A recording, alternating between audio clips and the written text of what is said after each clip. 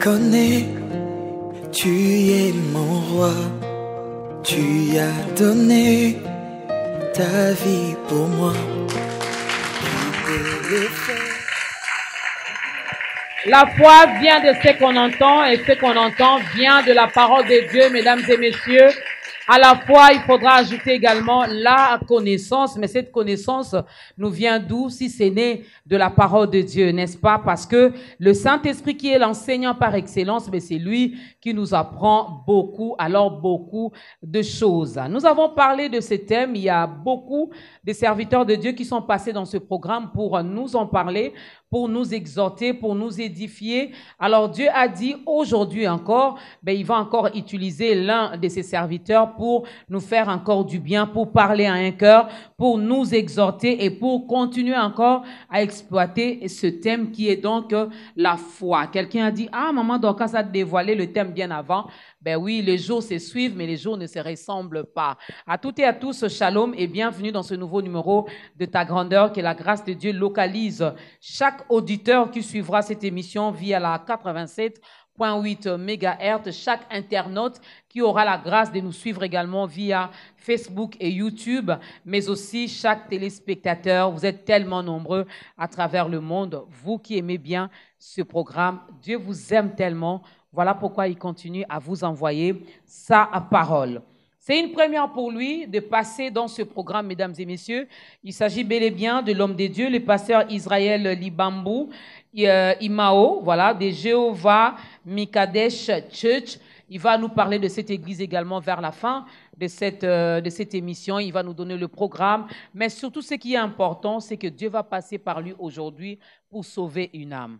L'occasion vous sera donnée également lors de l'appel au salut. Alors, commencez déjà à vous préparer, commencez déjà à préparer vos cœurs pour recevoir le Seigneur Jésus-Christ dans votre vie comme Seigneur et Sauveur. Shalom, pasteur Israël, et bienvenue sur ce plateau. Merci beaucoup pour l'accueil. C'est une première pour vous. Un petit mot par rapport à Ta Grandeur. Qu'est-ce qui vous amène ici? C'est d'abord la dimension spirituelle de votre émission. Je les suis souvent et je suis souvent séduit par la dimension spirituelle, par le culte qui s'est fait. C'est vraiment un culte qui s'est fait ici. Et le nom du Seigneur Jésus-Christ est glorifié. C'est ça ce qui m'attire chez vous. Bienvenue dans Ta Grandeur encore une fois. Merci, je suis ravi. Alors, vous n'êtes pas tombé du ciel. Vous avez également une histoire à raconter. Vous avez une histoire particulière, une histoire d'amour avec le Seigneur Jésus-Christ. Elle date de quand, cette histoire? Ouf! Je ne sais pas par où commencer parce que je suis né dans une famille chrétienne. OK. Mon père, c'est un homme de Dieu, le prophète Bambou Tchaïkolo. Mes tantes ont servi Dieu, ma mère a servi Dieu, sert Dieu. Alors, je suis né dans une famille chrétienne. Okay. Mais malgré cela, en étant jeune, quand on grandissait, on a fait des histoires bizarres.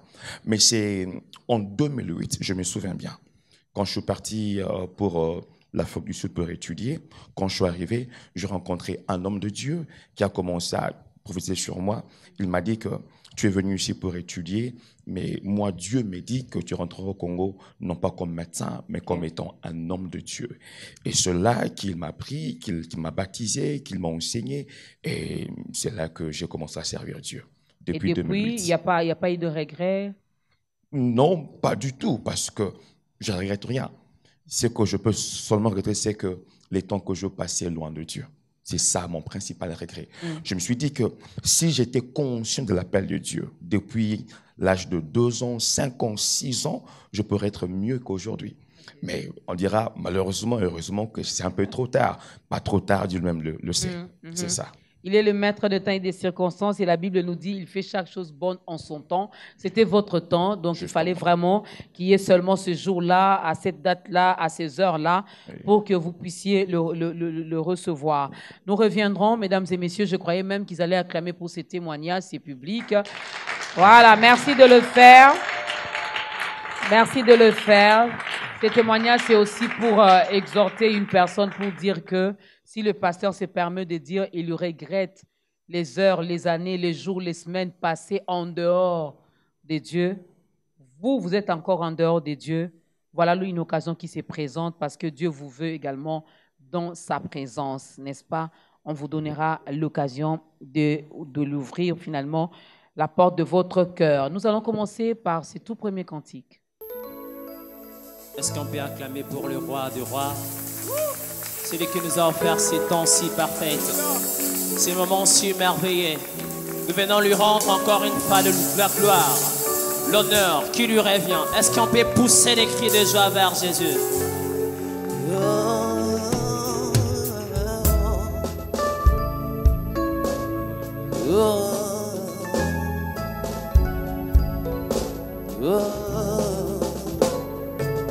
Nous venons te rendre gloire, Seigneur. Tu es digne de louange. Tu es digne. Reçois la louange.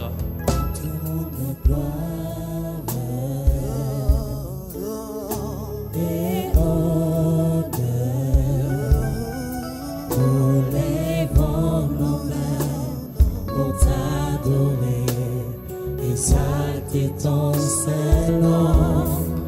Nous te rendons gloire. Nous te rendons gloire.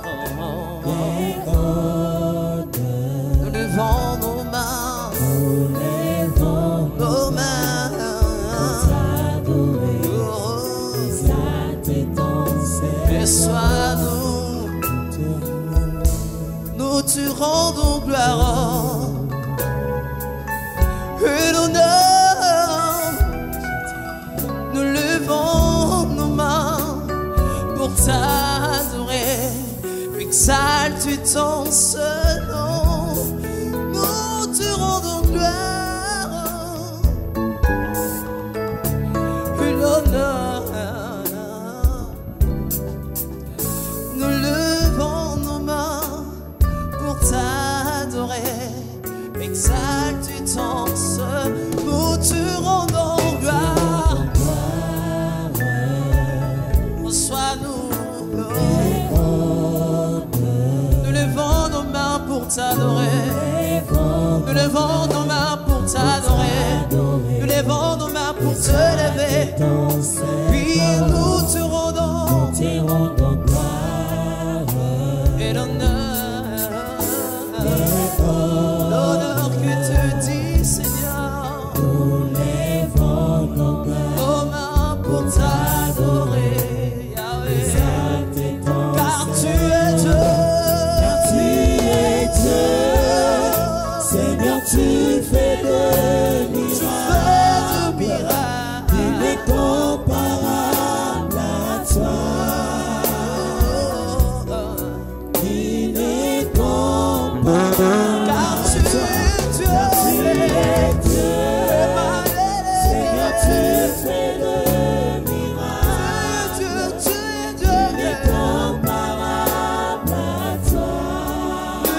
incomparable à toi,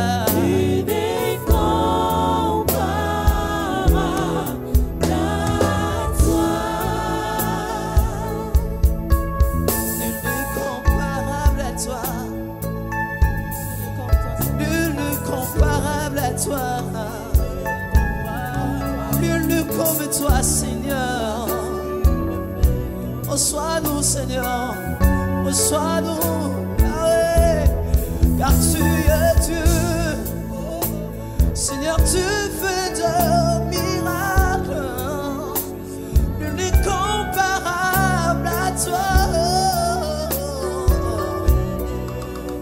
Nul n'est comparable à toi, car tu es Dieu. tu fais de miracles, Nul n'est comparable à toi.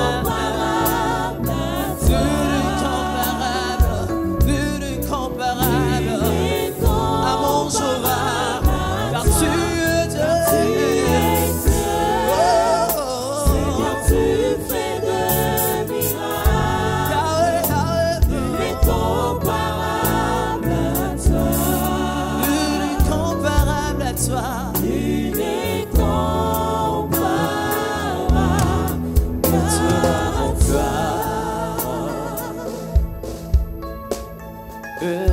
L'honneur de levant nos mains pour t'adorer, exalte ton Saint-Nom. Nous venons te rendre nos acclamations, Seigneur. Nous venons te rendre nos louanges ce matin. Nous venons te rendre ces moments si parfaits. Ah ouais. Accueille-nous, Seigneur. Accueille-nous, Seigneur. Nous venons te rendre gloire et l'honneur. Reçois-nous, Seigneur. Reçois-nous, Seigneur. Reçois-nous, car tu es, car tu es, car tu es. Tu es Dieu, Seigneur, tu fais des miracles, incomparable à toi, Incomparable à toi.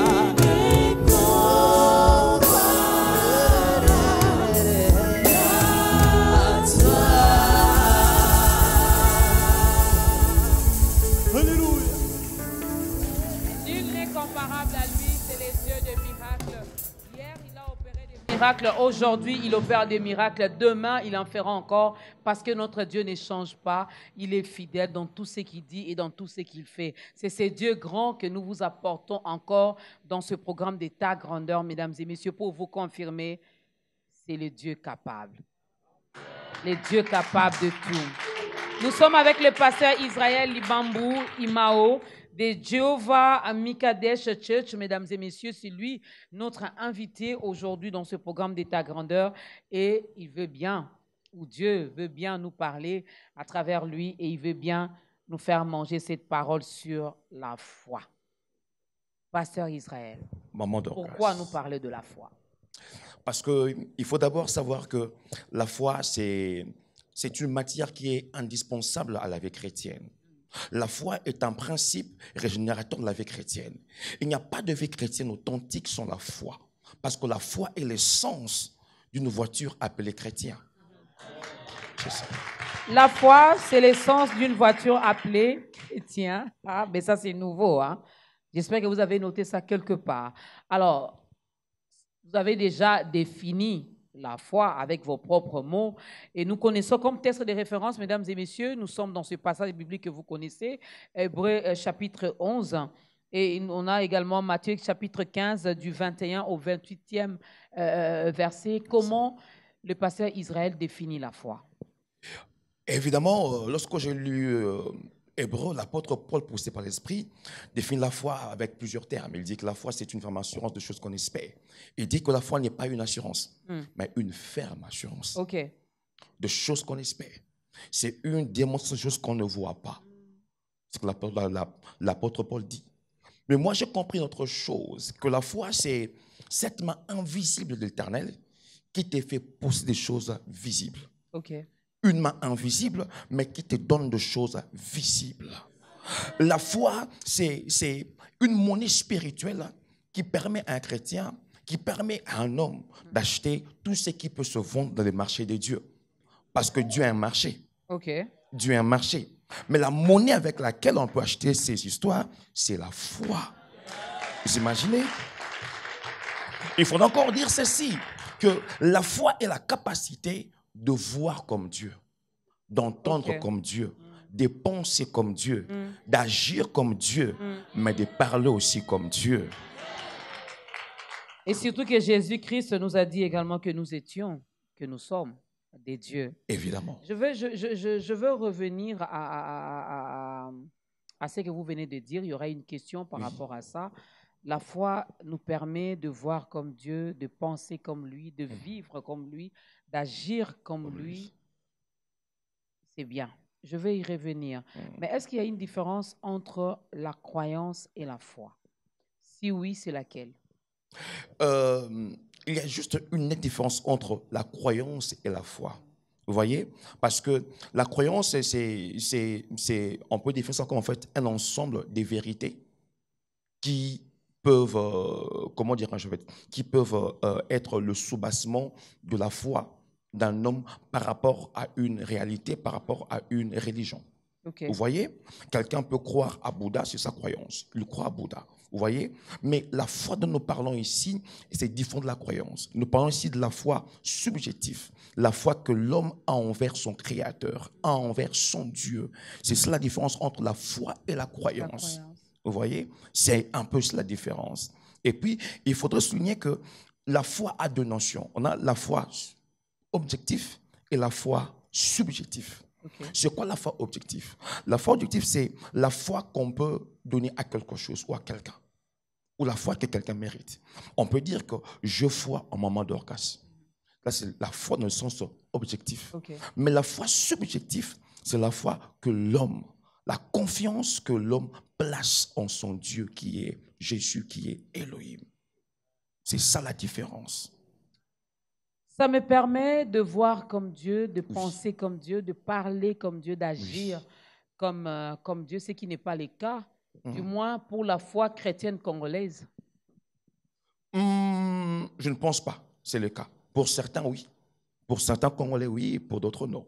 Ça dépend. Vous serez d'accord avec moi que la plupart des chrétiens ne vivent pas comme Dieu, n'agissent pas comme Dieu, ne parlent pas comme Dieu, ne se comportent pas comme des dieux, pour ne pas dire comme Dieu? Oui, évidemment. La parole dit quoi? Je vous avais dit, vous êtes de Dieu. Vous êtes des Elohim. Cependant, vous mourrez comme le prince de ce monde. Vous voyez, lorsqu'un chrétien est ignorant de la foi, quand il n'expérimente pas encore la foi, il ne vivra jamais comme Dieu. Voyez-vous? Parce que c'est la foi qui permet à un homme d'expérimenter ce qui se passe. C'est ce qui se passe chez Dieu. Mais quand quelqu'un n'a pas la foi, il peut prier. Et beaucoup pensent que prier, beaucoup savoir la foi. Non. La prière, c'est la partie théorique. La foi, c'est la partie pratique. OK. Oui. Évidemment. Et je pars plus loin pour dire que plusieurs pensent qu'aller à l'église, c'est avoir la foi. Non. Plusieurs pensent que prier, c'est la foi. Non. Parce qu'une prière qui est faite sans foi n'est qu'une simple récitation. Quelqu'un qui prie sans pour autant avoir la foi n'est pas différent d'une personne qui dit à ma mère, femme africaine. Oui. Mais la foi, compte tenu de l'émiracles, c'est ça qui produit, la foi qui se trouve dans la prière, c'est ça qui produit le miracle. Rappelez-vous, qu'est-ce que Jacques dit? Il dit, quelqu'un parmi vous est-il malade? Qu'on fasse appel aux anciens de l'église, que ceux-ci prient pour lui en l'oignon d'huile, car c'est la prière de la foi qui sauvera le malade. Pas la prière, mais la prière de la foi. Vous voyez, qui sauvera, non pas qui guérira. Il y a une différence entre la guérison et le salut. Voilà. Vous voyez, qui sauvera le malade.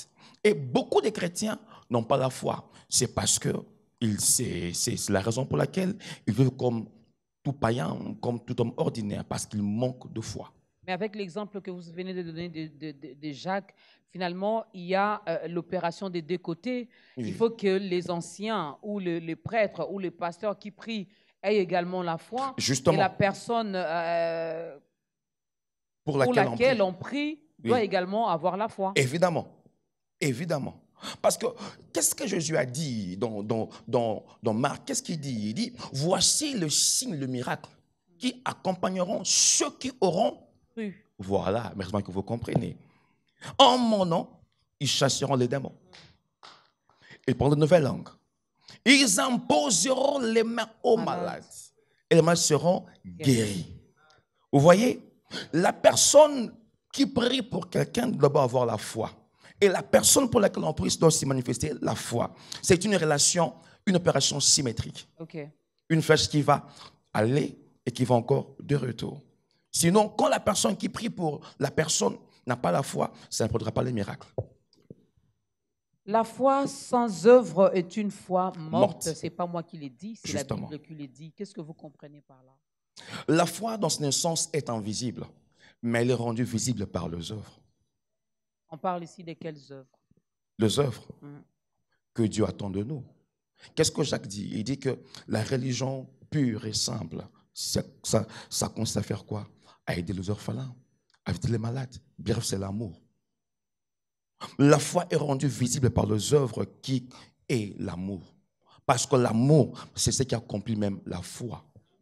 Vous voyez? Pourquoi j'ai posé cette question? Merci, parce que je m'attendais à cette réponse.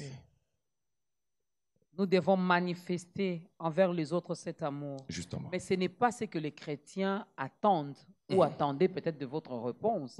Parce que eux, au lieu de manifester, et ils attendent qu'on leur manifeste cet amour. Voilà pourquoi nous passons même notre temps, même dans la prière, la partie demandée prend beaucoup plus d'heures Justement. que la partie adoration. Justement.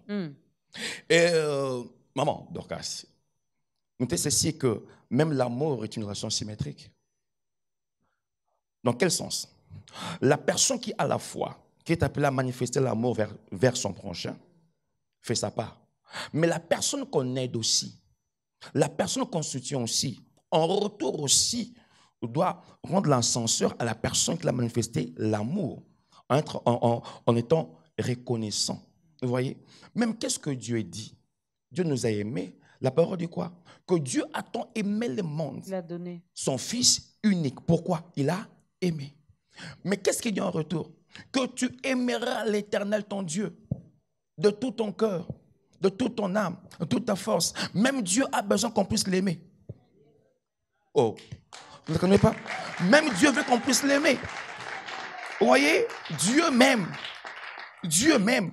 Mais il veut aussi comme mon tour aussi que je puisse manifester l'amour envers lui. Vous voyez? Et plusieurs personnes ont la charité de faire du bien aux autres. Mais ils sont déçus. Pourquoi? Parce qu'en fait, le gens que nous aidons ne nous aiment pas en retour. Et ça fatigue parfois. Parce que nous sommes deux humains. C'est ça. Je peux ramener ça aussi à Dieu, qu'il est toujours déçu également par nous. Évidemment. Avec tout ce qu'il fait pour nous, on a du mal à lui témoigner finalement notre gratitude. Oui. On a du mal à lui dire merci. Hier, on avait demandé, aujourd'hui, on demande, demain, on va demander. Donc, les chrétiens n'ont pas de foi. Oui, plus on n'a pas de foi. Mais ce n'est pas le cas pour Dieu, parce que Dieu n'est pas un homme comme nous. Okay. Parce que Dieu est fidèle. Dieu est fidèle, mais l'homme n'est pas fidèle. Donc, je peux ou ne pas l'aimer, mais lui, il va continuer à m'aimer. Oui, évidemment. Maman Dorcas, il aimera la croix avant que tu puisses l'aimer.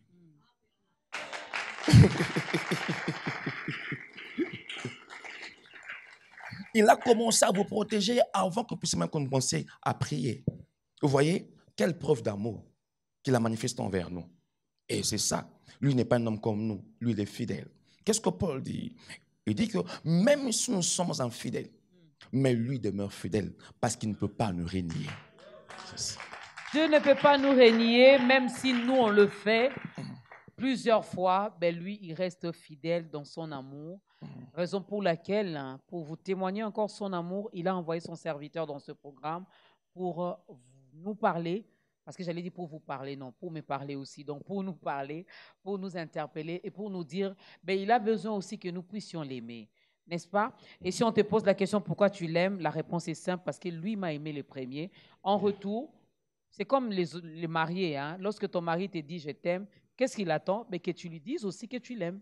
Pareil également avec notre Père. Mais son amour pour nous est incommensurable. Alors, c'est quoi... Non, avant d'abord que je pose le rôle, comment faire pour avoir la foi? Eh bien, la parole dit quoi? La parole dit c'est que la foi vient de ce qu'on attend. Est-ce qu'on entend la parole de Dieu? Ok. Le premier élément pour que la foi d'une personne puisse trouver place dans la vie, c'est la parole de Dieu. Quand l'homme ignore la parole de Dieu, il ne saura pas faire croître la foi. La parole de Dieu augmente notre foi. Rappelez-vous que les disciples ont dit à Jésus, il dit, augmente notre foi. Vous voyez? C'est la parole de Dieu. Mais bien sûr aussi, la foi d'une personne aussi dépend aussi de son environnement. Parce que l'entourage d'une personne peut influencer en mal ou en mauvais la foi. Vous voyez bien? Parce que si la foi vient de ce qu'on entend, ça veut dire aussi que la peur, le doute vient aussi de ce qu'on peut attendre. Vous voyez-vous? Raison pour laquelle un homme de foi ne peut pas se retrouver dans n'importe quel entourage ou environnement. Un homme de foi, c'est un homme spirituel qui sait sélectionner, tamiser son entourage parce qu'il sait que même ceux qui l'entourent peuvent influencer sa foi positivement ou négativement. Voyez-vous, la parole du Seigneur, l'entourage, c'est très important pour que la foi puisse augmenter, mais aussi la prière. C'est moi les choses que le chrétien n'aime pas trop. Hein? Oui. Pour avoir la foi. Oui. La foi vient de ce qu'on entend vient de la parole de Justement. Dieu. Est-ce que les chrétiens aiment la parole de Dieu? Je ne me pense suis pas. posé cette question. Je ne pense même pas, Maman Lucas. Vous avez ajouté aussi par la prière. Oui. Est-ce que les chrétiens que nous sommes, aimons-nous la prière? Plusieurs non. Il est facile, Maman Dorcas, pour un chrétien de passer 4 heures, 5 heures devant une série nigérienne, devant Zimagique, devant une pièce théâtrale. 5 heures.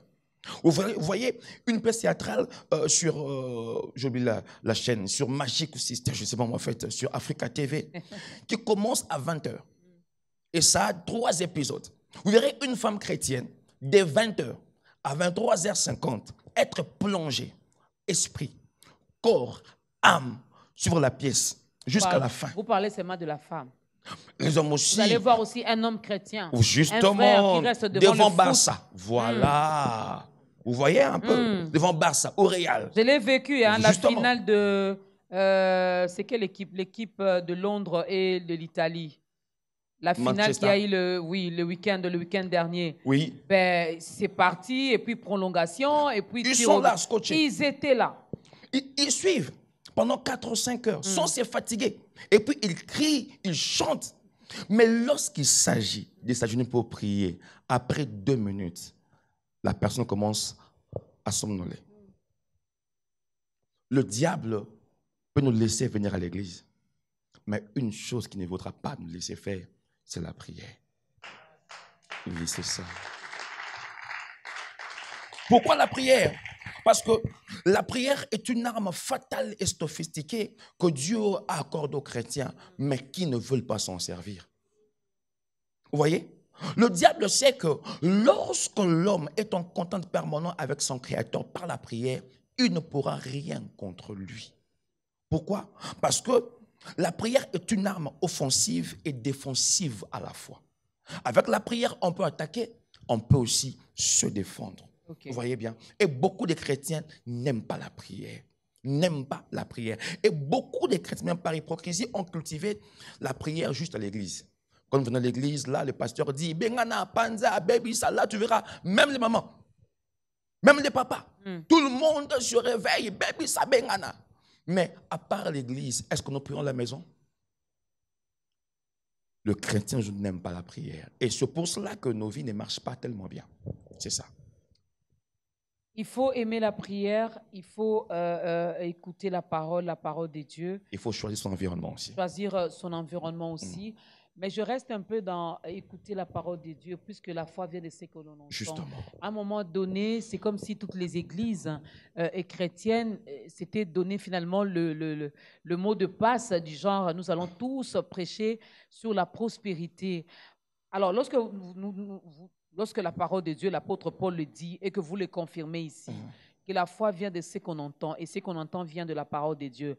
Doit-on, nous, en tant que brebis, nous, en tant qu'enfants de Dieu, nous devons sélectionner également ce que nous devons entendre, ou, puisque c'est la parole de Dieu, on doit seulement entendre cela?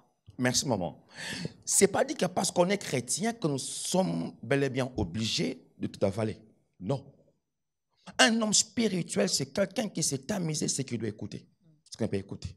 Voyez-vous? Parce que l'enfant, quand il est encore dans le sein de sa mère, l'enfant a la forme d'une oreille. Pourquoi ça? Parce que parmi les premiers organes qui se développent, qui sont activés chez l'enfant, c'est l'oreille. Voyez-vous? Et laissez-moi vous dire que le premier péché au monde n'est pas entré par la bouche ni par le pied, mais c'est entré par l'oreille. Parce qu'une femme a écouté le serpent. Voyez-vous? Ce qui revient à dire qu'un homme spirituel, c'est un homme qui doit tamiser ce qu'il doit écouter. C'est pas dit que parce que quelqu'un se dit pasteur, se dit apôtre, se dit prophète, évangile, que tout chrétien doit l'écouter. Non, c'est pas ça. Voyez-vous? Nous devons sélectionner les prédications. Voyez-vous? Et je me dis aussi que prêcher la prospérité n'est pas une chose mauvaise. Non. Mais je n'ai pas dit ça non plus. Hein. Ouais, justement, parce que vous dites que c'est comme si l'église du Congo, on dit prospérité. Oui, parce qu'on a passé beaucoup de temps. Je me dis, au lieu peut-être de nous prêcher la personne de Jésus, justement, on a beaucoup plus passé le temps dans tu auras, venez, tu recevras. Justement. Vous nous présentez seulement la partie main, hein, les mains qui donnent. Mais on veut également voir la face de la personne qui nous donne. Justement, c'est ça. Voyez-vous? D'abord, déjà, avant qu'un homme rencontre Dieu, il commence d'abord par entendre Dieu. Voyez-vous? Et je ne suis pas contre ceux qui prêchent la prospérité. Je ne suis pas contre ceux qui prêchent la guérison divine. Je ne suis pas. Mais je préfère plus qu'un prédicateur nous montre la personne de Christ Jésus. Rappelez-vous ce qu'Isaac a dit à son père Abraham. Il dit, mon père, je veux le feu. Je veux le bois. Mais où est l'agneau? Même le couteau. Il a vu le couteau. Mais où est l'agneau? Ce qui est important, ce n'est pas le feu. Parce que tu peux voir le feu sans pour autant que Dieu soit dans ce feu-là.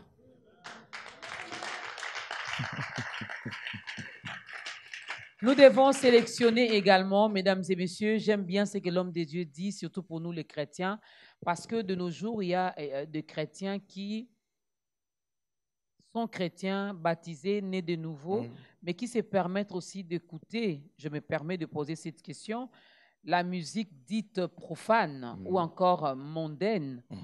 Alors, lorsque vous nous dites la foi vient de ce qu'on entend, vous nous avez dit de faire attention aussi à notre environnement. Ce qui veut dire c'est mal d'écouter ce genre de musique. Évidemment. Moi, Dorcas, il faut savoir que la musique, au-delà de tout, n'est pas seulement quelque chose de son, de mélodie, non. La musique, c'est un esprit. La musique est une porte spirituelle. Qu'est-ce que Psaume dit? Il dit, entrez dans ce porte par des cantiques, dans ce parvis avec des louanges. Ça veut dire que la musique est une porte spirituelle qui nous amène soit vers Dieu, soit vers le diable. Derrière chaque musique qu'on entend... Il n'y a pas de milieu. Hein? Il n'y a pas de milieu. Derrière chaque musique qu'on entend, il y a un esprit. Voyez-vous?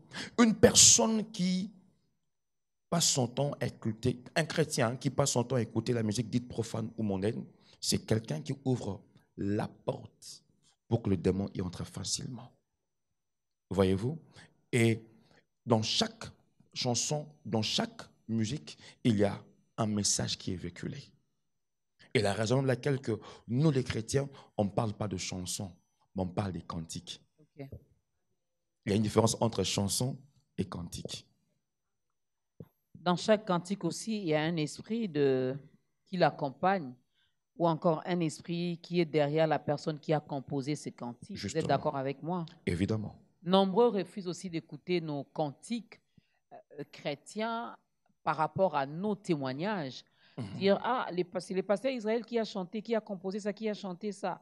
Mais il est impudique, mais il est ceci, il est arrogant, il est orgueilleux. C'est un voleur, c'est un brigand. D'ailleurs, on l'avait attrapé, on a vu ses vidéos. Mais après, vous chantez. Alors, lorsque nous qui chantons également vos cantiques, puisque la foi vient aussi de ce qu'on entend, ça va aussi déranger notre foi ou notre vie chrétienne? Ce qui est important, c'est d'abord en fait l'adorateur. Parce qu'il faut faire différence entre... Il y a une différence entre un musicien et un adorateur. Les cantiques que nous sommes censés écouter sont des cantiques des adorateurs. Okay. Et non pas de musiciens chrétiens. Vous voyez? On peut être un musicien sans pour autant qu'on soit un adorateur. Parce que l'adoration, ce n'est pas chanter. L'adoration est une vie exprimée. L'adoration est une vie exprimée. La foi, mesdames et messieurs, la foi qui est une troisième main de ce que tes deux mains ne peuvent pas te donner. Grâce à la foi, tu peux l'obtenir. Alors, je l'obtiens comment? Toutes ces choses, puisque j'ai la foi. Je crois au Créateur, qui est d'ailleurs mon Père. Mais voilà que je lui demande, j'ai la foi, parce qu'il m'a dit d'ailleurs, sans la foi, je ne peux pas lui être agréable. Justement. Alors, j'ai dit, je m'approche devant toi, Père, j'ai la foi. Je crois que tu vas me donner. Mais voilà que ça prend beaucoup de temps. J'ai fait quoi, pasteur Israël? Ok. Je continue à espérer. Et justement, parce que rappelez-vous, qu'est-ce qu'il a dit? Il a dit, tout ce que vous demanderez en mon nom, croyez que vous l'avez reçu et vous les verrez. Verrez s'accomplir. Vous voyez? Il n'a pas dit et tu le vois. Non, il dit et vous les verrez. Au futur. C'est au futur. Vous les verrez. Notre Dieu est un Dieu de promesses. L'action de Dieu dans la vie d'un homme commence d'abord en fait par le promesse qu'il est fait. Or, le promesse du Seigneur ne peut que se réaliser autant que lui-même a fixé. Il a dit à Abraham que tu auras un fils. Ta femme Sarah, ton enfant, tu auras un fils. C'est à 75 ans qu'il appelle Abraham. Et voici qu'Abraham maintenant a plus ou moins 99 ans. Mais c'est à 100 ans qu'Abraham reçoit Isaac, au temps fixé que Yahweh lui avait parlé. Quand on est un fils de Dieu, il faut d'abord commencer par demander. Il a dit, jusqu'à présent, vous n'avez rien demandé en mon nom. Demandez et vous recevrez, afin que votre joie soit parfaite. Vous voyez, demander c'est bien, mais au nom de qui? Au nom de qui? Il faut demander en son nom, au nom de Jésus-Christ de Nazareth. Parce que plusieurs font une erreur. On prie au Père, mais au nom de Jésus. Parce que vous comprenez. On prie au Père, mais au nom de Jésus. Que dire de ceux qui ne croient pas en Jésus, mais qui parlent au Père et qui reçoivent? Qui parle au Père? Oui. Quel Père? Il y a Père et Père. Non, je parle de Dieu, du Dieu créateur. Il y a Père et Père. Il y a des choses que Dieu peut faire dans nos vies. Vous êtes d'accord avec moi qu'il y en a qui ne croient pas en Jésus-Christ? Justement. Qui se limitent à dire, c'est juste un prophète. Justement. Comme tel prophète, comme tel prophète. Justement. Mais il est également comme eux. Donc, ils ne croient pas qu'il soit le chemin Oui. qui nous amène au Père. Maman Dorcas, n'oubliez pas que Dieu est un Dieu souverain. Dieu est un Dieu souverain. Il fait grâce à quiconque il veut. Il faut le noter. Voyez-vous, quand on demande quelque chose à Dieu, parce que Dieu, quand un fils demande, Dieu a 3 réponses. Soit oui, soit non, soit attends. Non, on n'aime pas le nom de Dieu. Voilà le grand problème. Comment c'est un problème? Comment il peut nous dire non? Parce que Et pourquoi il doit nous dire non? Dieu ne peut pas nous accorder quelque chose dont il sait que soit péché en le péché. Ça ozong ça n'est pas. Eh, t'es maman. Il y a d'autres copains qui les rappelez-vous Salomon. Salomon a demandé une chose à Dieu. Dieu lui a accordé. Mais c'est ses propres biens renommés des Pengusaïe. Et nullement on nous parle que Salomon, avant sa mort, s'était repenti. Je ne sais pas si c'est biblique. Nulle part.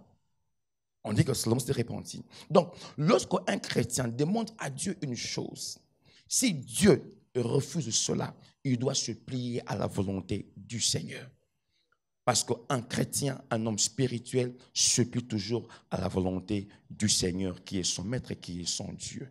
Voyez-vous, rappelez-vous, le prophète Balaam, il a insisté à Dieu. Il dit, le roi Balak a envoyé des gens. Il m'a dit que j'aille prophétiser, que j'aille. Dieu ne répond pas. Il insiste. Dieu dit non, n'y va pas.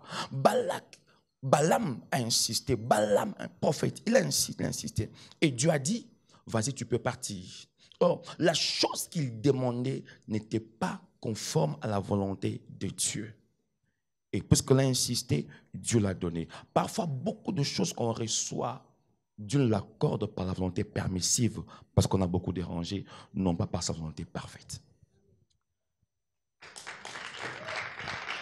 Vous êtes d'accord avec moi que Salomon n'avait pas demandé des richesses, c'est Dieu lui-même qui lui a accordé. Voilà. Lui, il a demandé la sagesse. Justement. Alors, si lui qui est le Père, si responsable, qui sait que je ne peux pas accorder ceci à Dorcas, sinon et au Penguissae, il n'avait pas vu que toutes ces richesses-là allaient un peu au Penguissa Salomon. Merci, maman.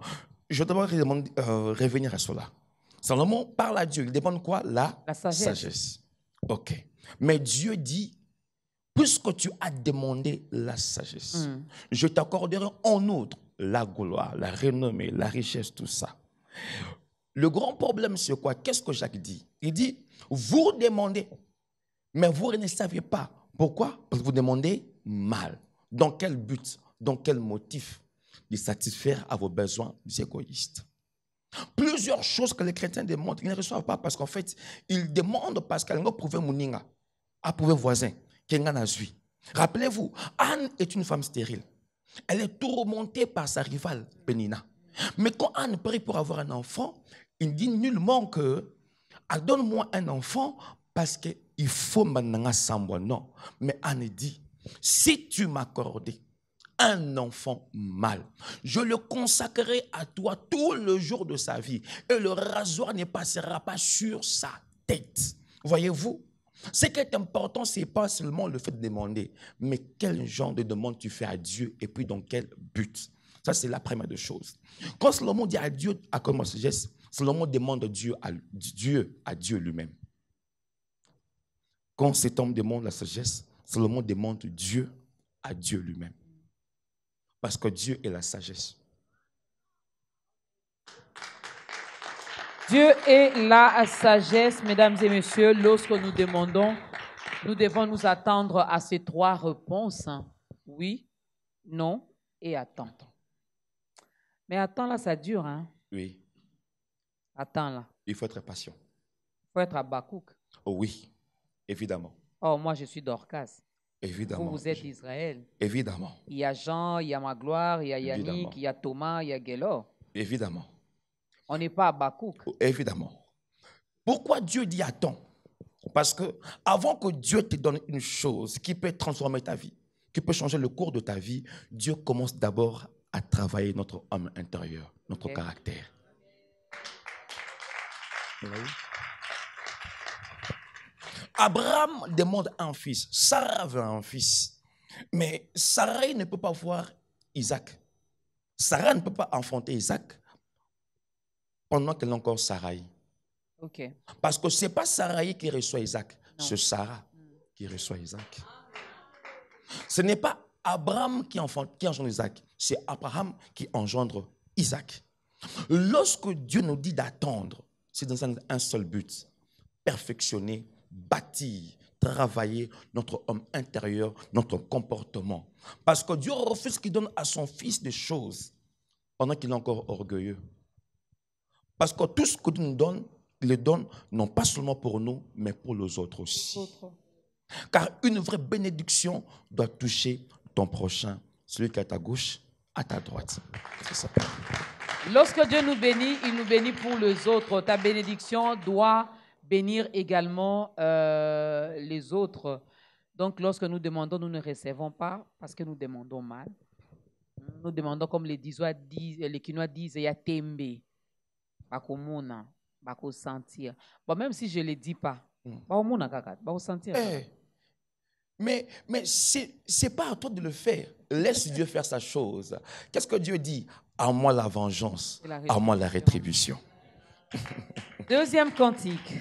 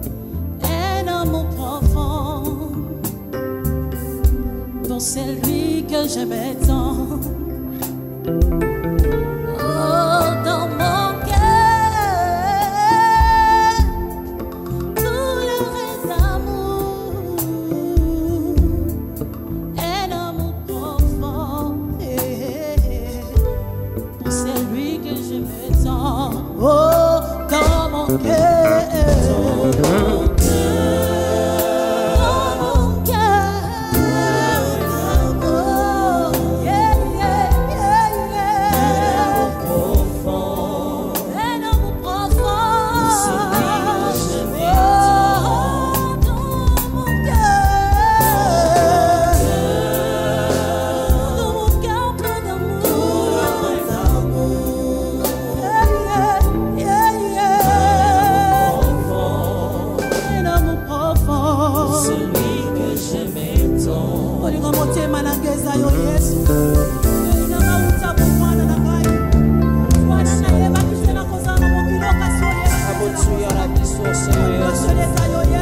L'amour de ma vie, c'est toi, ô roi.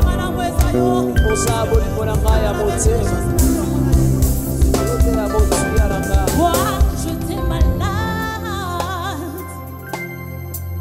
il m'a guéri. J'étais dans le péché, il m'a délivré. Oh, voilà pourquoi je chante en ton nom. Il m'a racheté. Je suis fière de lui. Moi, j'étais malade. Il m'a guéri. J'étais dans les péchés. J'étais dans les péchés. Il m'a délivré. Oh, voilà pourquoi je chante en ton nom. Il m'a racheté. Oh, je suis fière de lui. Dans mon cœur. Dans mon cœur.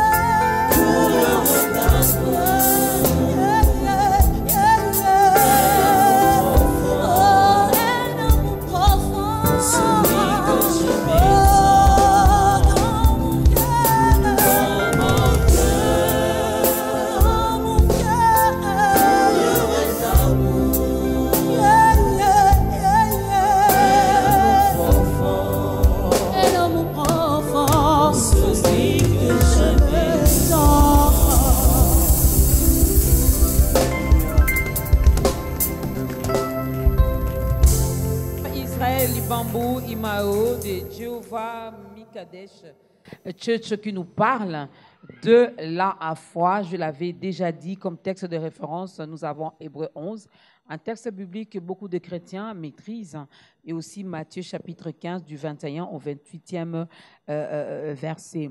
Alors, j'avais posé cette question, mais je reviens encore sur ça. Vous avez dit, pour avoir la foi, ben, nous devons écouter la parole de Dieu, nous devons prier, mais aussi bien choisir, tenir compte de notre environnement. Parlons un peu de cette foi, je peux dire audacieuse, cette foi capable finalement de déplacer de montagnes, comme Jésus-Christ l'a dit. On a vu des gens également prier pour le malade, mais le malade reste malade. Il y en a même qui ont osé défier d'autres personnes pour dire je vais prier pour ces morts et il sera ressuscité. Et puis on prie pour le mort et puis le mort est resté quand même mort. Ok, merci maman. Comment faire pour avoir cette foi audacieuse? Audacieuse, ok. Là, maman, il faudrait noter ceci, que la foi est une maison à plusieurs étages. Elle grandit aussi, hein? Justement. Ok. Nous avons la foi qui a plusieurs dimensions. On a les gens qui ont la foi, mais une foi qui n'est pas grande, une petite foi. Voyez-vous? On a les gens qui ont la foi, les gens qui ont une grande foi et ceux qui ont une très grande foi. Par là, je viens dire à quoi? Je viens dire quoi? Que la foi est une force surnaturelle qui permet à un homme naturel de déplacer les montagnes. Voyez-vous? La foi est une force surnaturelle qui permet à un homme naturel de déplacer les montagnes. Ok, ça il faut le savoir. Ok, il faut noter ceci, que prier pour quelqu'un, pour un mort, pour dire que j'ai prié pour un mort, j'ai la foi qui va ressusciter. Oui, c'est bien, mais est-ce que c'est Dieu qui te l'a envoyé? Est-ce que Dieu t'a dit pas prier pour ce mort-là? Ça compte aussi. Il y a des choses qu'on a la foi, mais il faut aussi attendre. Qu'est-ce que Dieu a dit? Est-ce que c'est Dieu qui m'a envoyé là-bas? Est-ce que c'est Dieu qui m'a dit de faire la chose?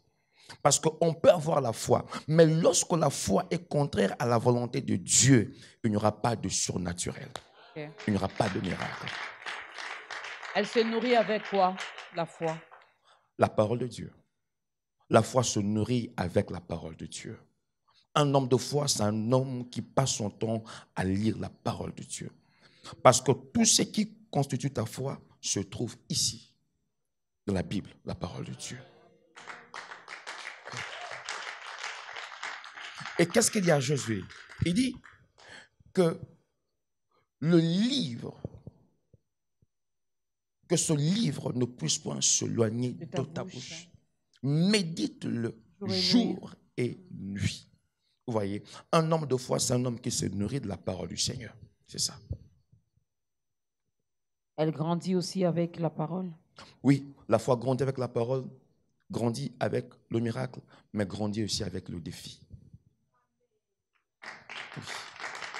Quel genre de défi?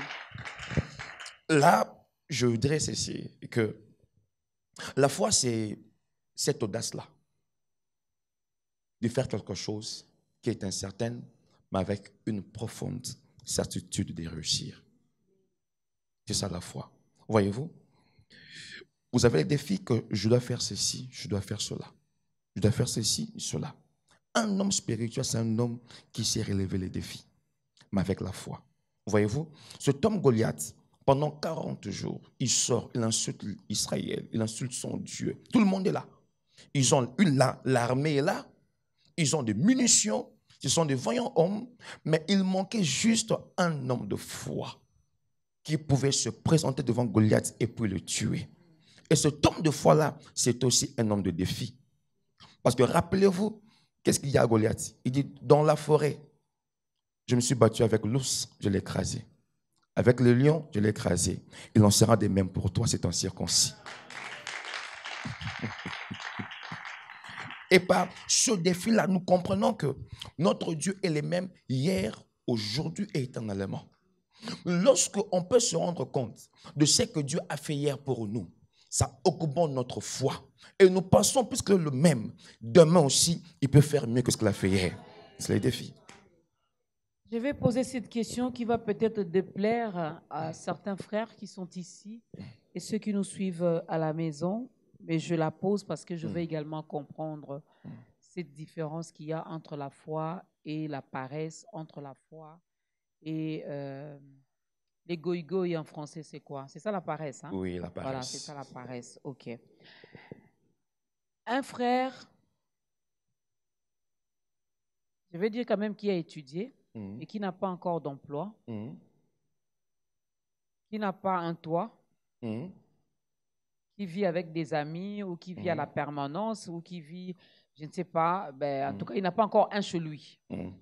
Mais qui se permet quand même de promettre à une sœur. Je n'ai pas encore fini ma question. Oui, je comprends, là on va atterrir. Ok. Qui se permet quand même de faire des promesses à une sœur. Non, je vais t'épouser. Et puis 1 année, 2 ans, 3 ans de fiançailles. Hein, parce qu'à l'église, même si on drague et puis la sœur dit oui directement, eux, ils appellent ça fiançailles. Or, moi, je sais que les fiançailles, c'est lorsque les deux parents, les deux familles se rencontrent, ils sont d'accord finalement pour vous accompagner. C'est là où vous commencez votre fiançaille. À l'église, on ne peut pas dire c'est ma copine, c'est mon copain, sinon ce sera péché. Un péché. Alors, 1 année, 2 ans, 3 ans, 4 ans, 5 ans, le frère continue quand même à dire à cette sœur, non, j'ai la foi, aie aussi la foi, je veux t'épouser. Entre-temps, il y a un autre frère qui tente aussi de draguer la sœur, qui peut également épouser cette sœur, mais voilà que les frères passent comme ça. La sœur reste quand même accro à ce que le frère X lui a dit. Le frère ne fournit aucun effort. Il est là. Lui, c'est le parler en langue. Lui, c'est parler en langue. Et puis, s'il doit parler à la sœur, c'est Dieu fera. Dieu fera. Ça, c'est la foi ou c'est la paresse? Là, ce n'est pas la foi, c'est la paresse mélangée avec, excusez-moi, avec le mensonge. Ah, quand on dit Dieu fera, ce n'est pas que Dieu fera. Non, ça c'est la paresse mélangée avec le mensonge. Qu'est-ce que la parole dit? Qu'une foi sans œuvre est une foi morte. Voyez-vous? Notre Dieu n'est pas le père de la foi. C'est Abraham qui est le père de la foi. Mais notre Dieu est le chef et le consommateur de la foi. Ça, j'aime. Voyez-vous? Cela veut dire que la nourriture de Dieu, c'est la foi. Dieu se nourrit de notre foi. Un homme, si Dieu, qui est le chef et le consommateur de la foi, n'est pas un Dieu paresseux, c'est un Dieu bosseur.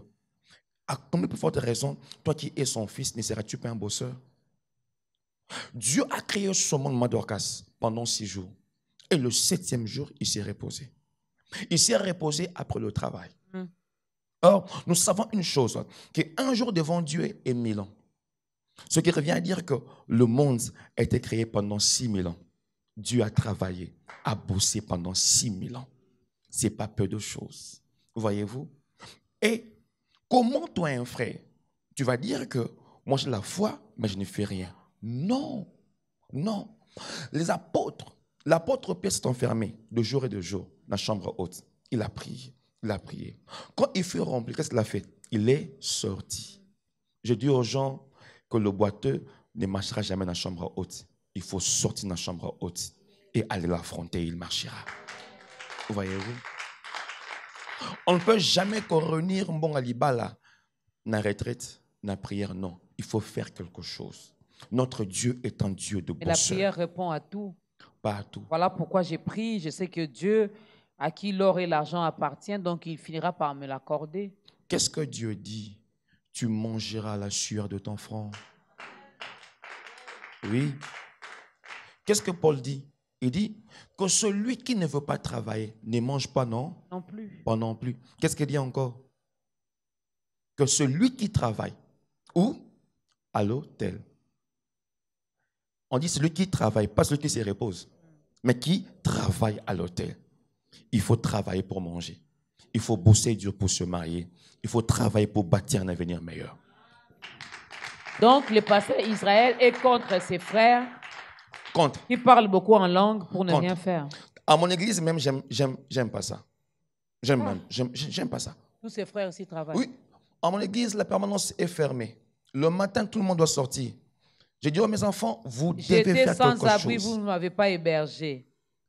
Là, c'est Jésus. Ah. C'est pas lui. Quand vous fermez la permanence là, et le frère là qui n'a pas une maison où poser sa tête, il fait quoi? Non, le soir, il va rentrer, mais la journée, il doit aller chercher.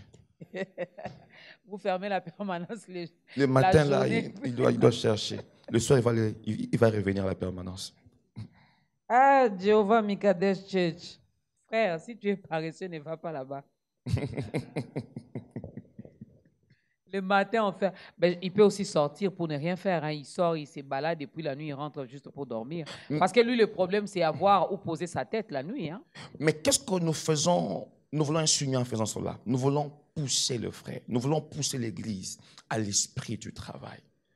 Posez-vous la question, pourquoi l'ange n'a pas visité le frère de Gédéon ou ses sœurs? Pourquoi seulement Gédéon? Dans un temps de guerre où tout le monde se cache, où tout le monde a peur, un temps de crise, lui sortait pour faire le travail. Et c'est là que l'ange lui a visité. Notre Dieu est un Dieu de bosseur. Notre Dieu, c'est un Dieu qui travaille, qui aime le travail, qui bénit d'ailleurs le travail. Alors, travaillons. Mais la même Église nous demande aussi, hein, lorsque vous multipliez le programme de lundi à vendredi ou de lundi à dimanche, vous multipliez le programme. On avait 3 jours aujourd'hui, après on aura 4 jours, après on aura 15 jours, après on aura 100 jours. Et vous voulez que nous allions travailler aussi. Comment faire? Est-ce que lorsqu'un élève part à l'école, il se réveille, s'il l'envoie midi, il sort à 6 heures, ça va à 6 heures, à 7 heures, il part pour l'école. Il rentre à 13 heures. Est-ce que ça lui empêche de manger? Est-ce que ça lui empêche de regarder la télévision? Non. C'est comme quand le culte se passe à 16h30, 17h jusqu'à 19h30. Quelqu'un part au travail la journée, il travaille. Et puis en retour, il vient prier. Parce que le travail, vous bossez. Mais avec la prière, Dieu vous accorde la faveur divine pour réussir dans ce que vous faites. N'oubliez pas que le cheval est équipé pour la bataille, mais la victoire appartient à l'Éternel.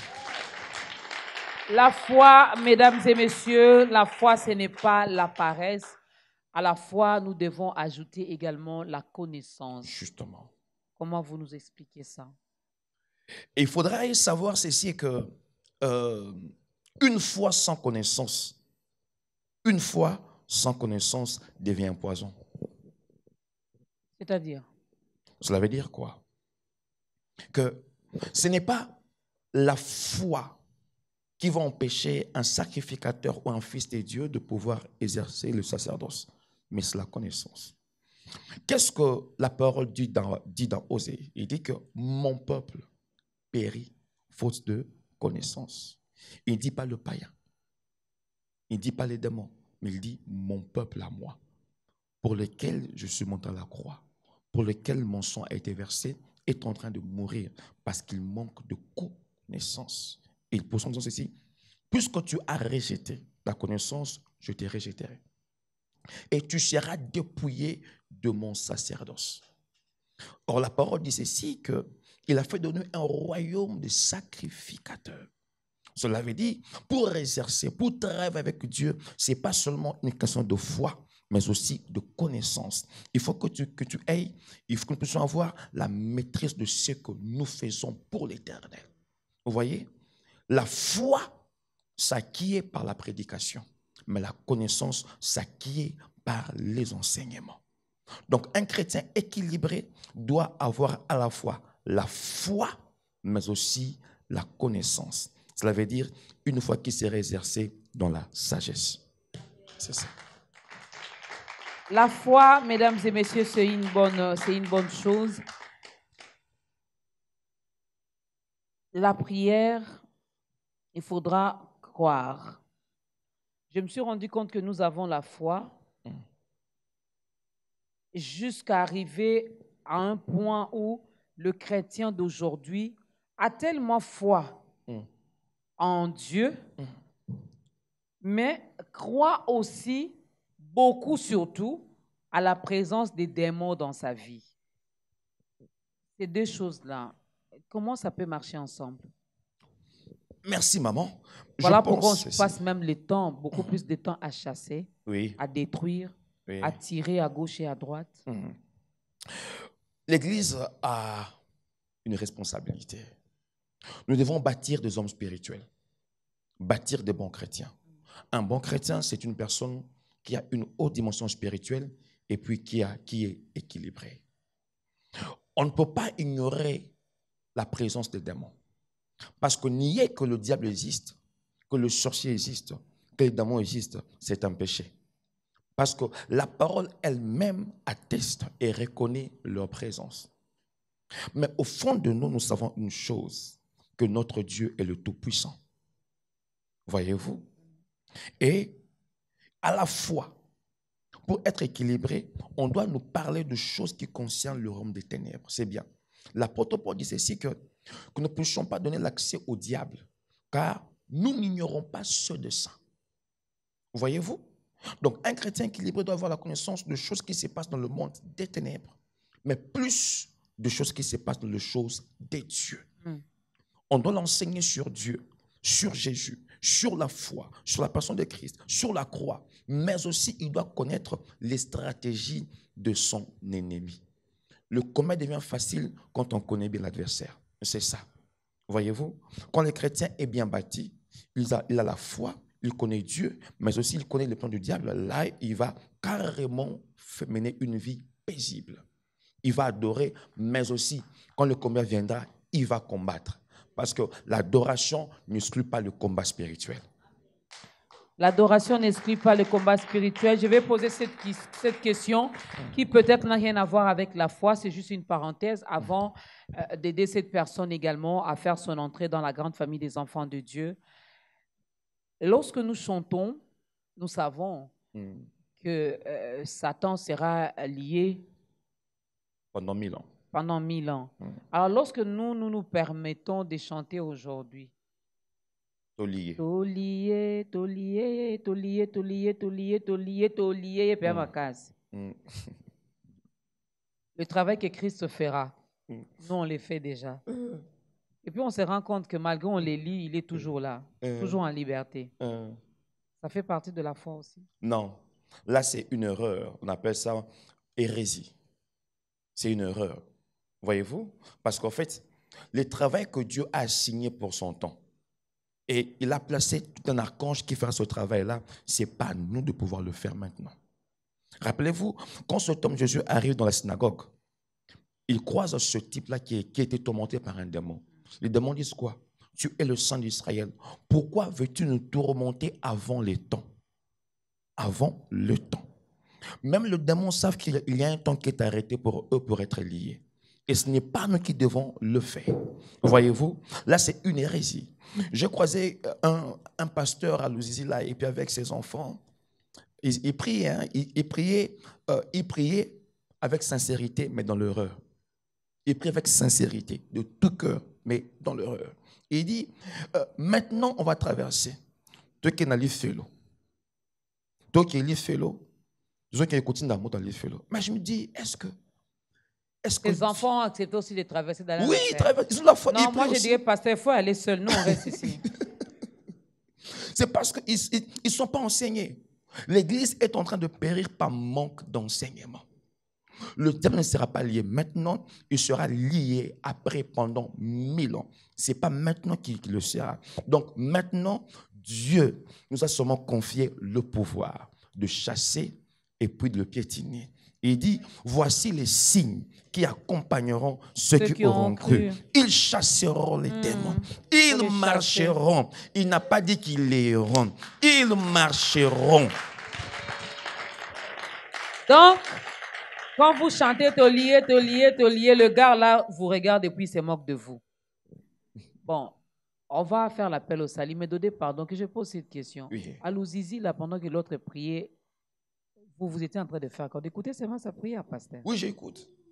Vous avez arrêté de prier. Oui, j'entends parce que je me dis, oh my God, quelle erreur avec les enfants. Et pourquoi vous ne les avez pas empêchés de traverser? D'abord, ils sont concentrés.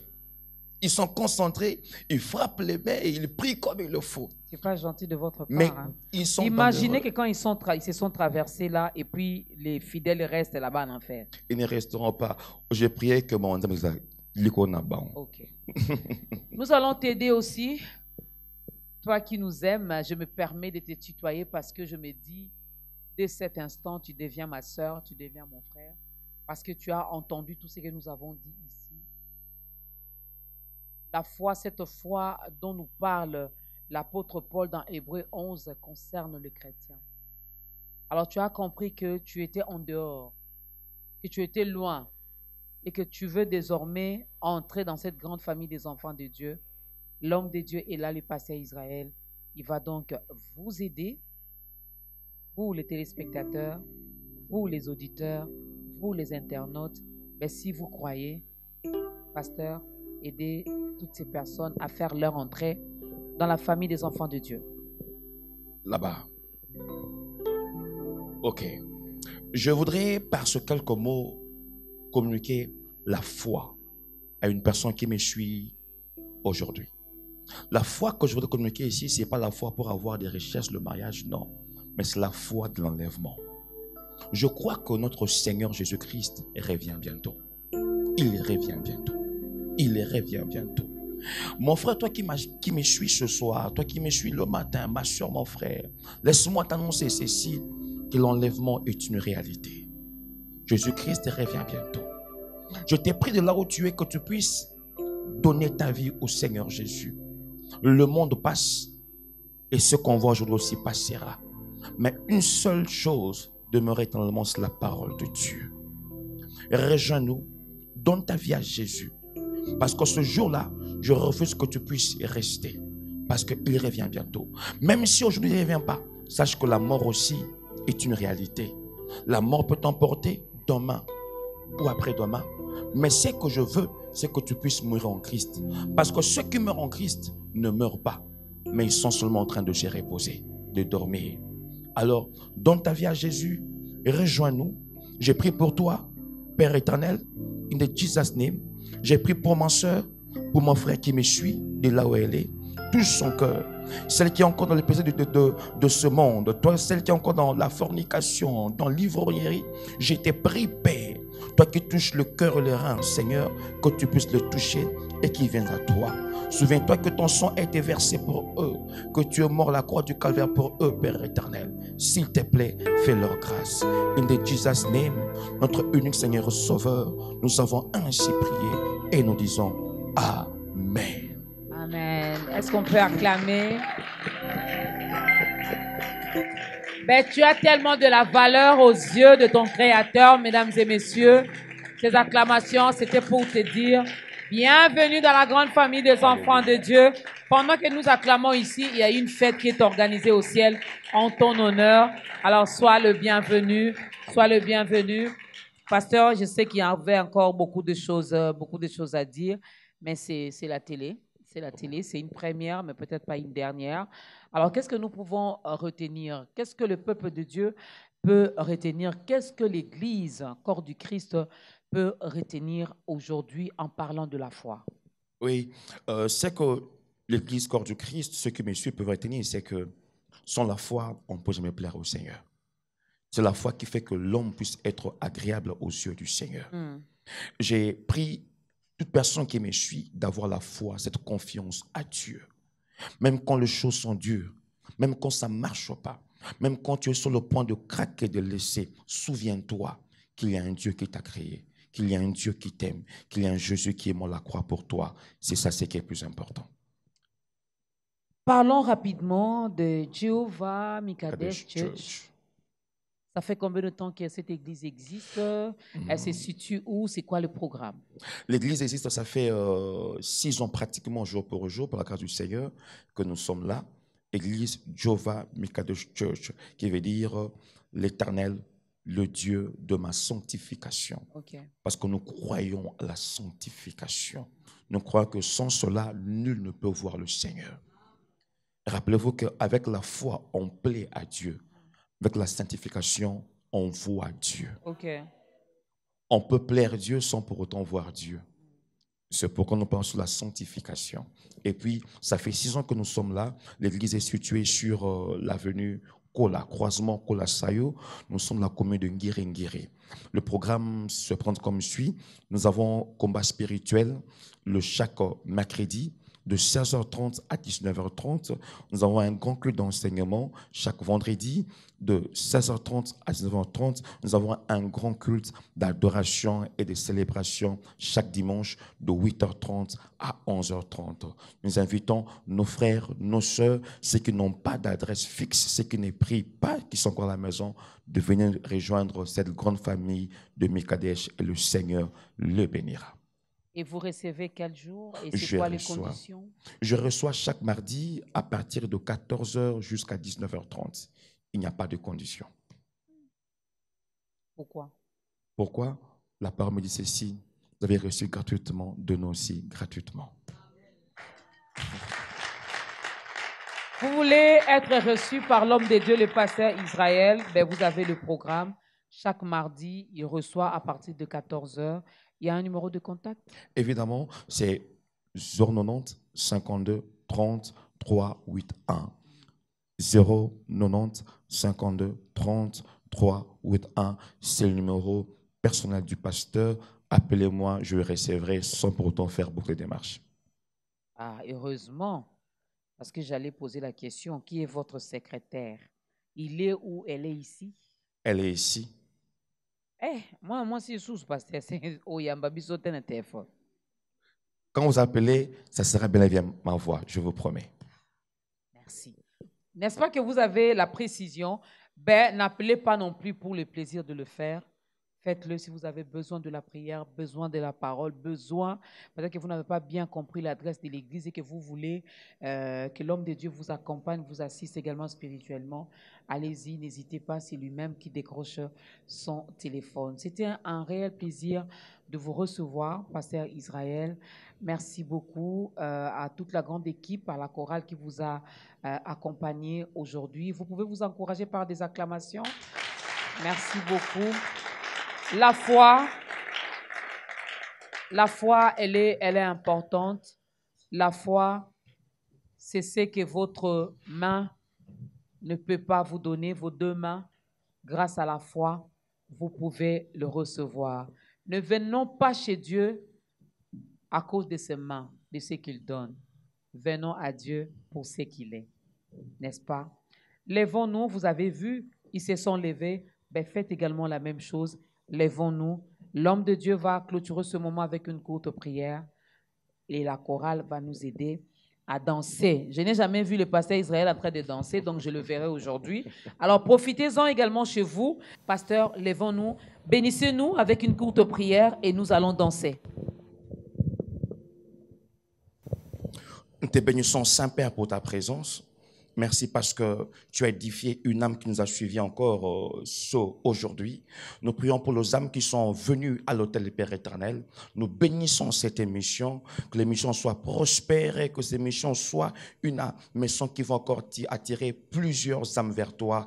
In the Jesus name, nous avons ainsi prié. Amen. Acclame pour Jésus, acclame pour Jésus, acclame pour Jésus. Ah.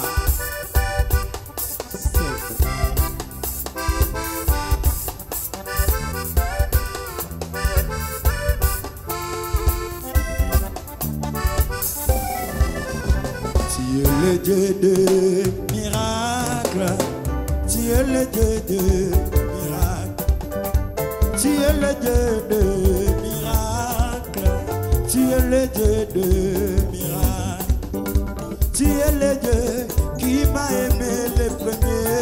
Tu es le Dieu de miracles. Oui, tu es le Dieu qui m'a choisi le premier. Oh, tu es le Dieu.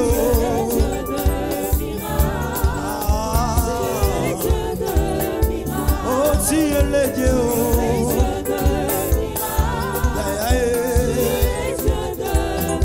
Est-ce qu'on peut acclamer pour Jésus?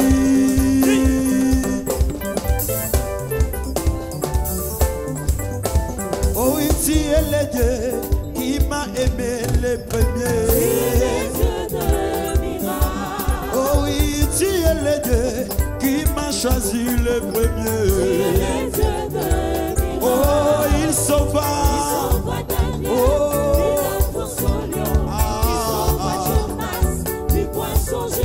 yes. Il ressuscita Lazare de la mort. Oh, moi je chanterai de tout cœur de merveilles de mon papa Yahweh. Il m'a ôté de ténèbres, il m'a délivré de tout péché. Mon papa est fidèle, il ne m'abandonnera jamais. Je ne vis rien à craindre, car Yahweh m'a libéré. Oh, moi je chanterai de tout cœur. Yeah, yeah.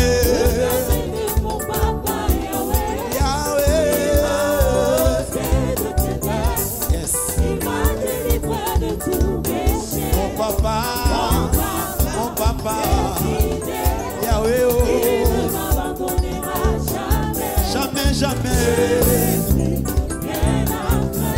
Yahweh, oh, oh, moi je suis dans la joie, une joie, solo Jésus, Yahweh, oh.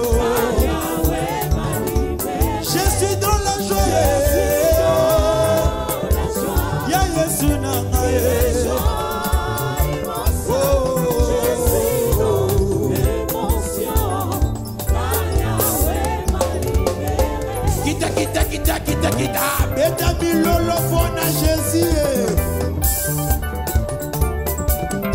Ya Yesu.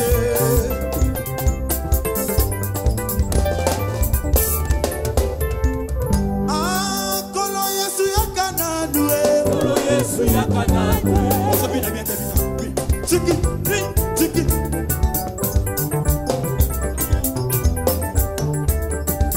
Kolo Yesu yakanadu. Kolo Yesu yakanadu. Chimakina yakanadu. Kolo Yesu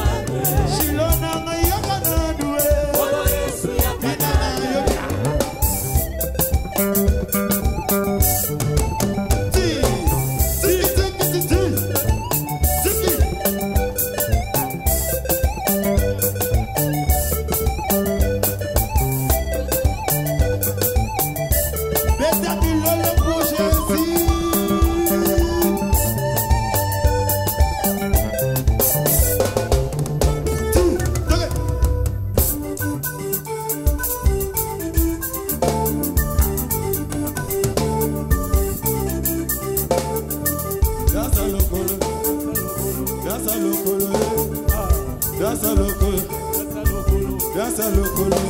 Si. Bina mbe. Ay. Si. Sigati.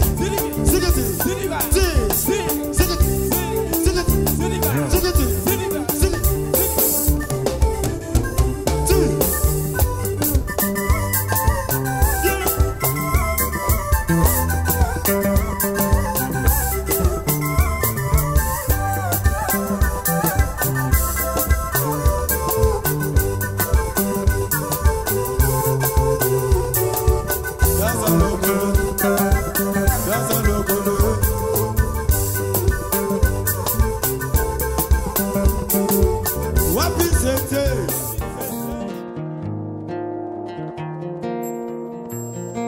Je reconnais, tu es mon roi, tu as donné ta vie pour moi.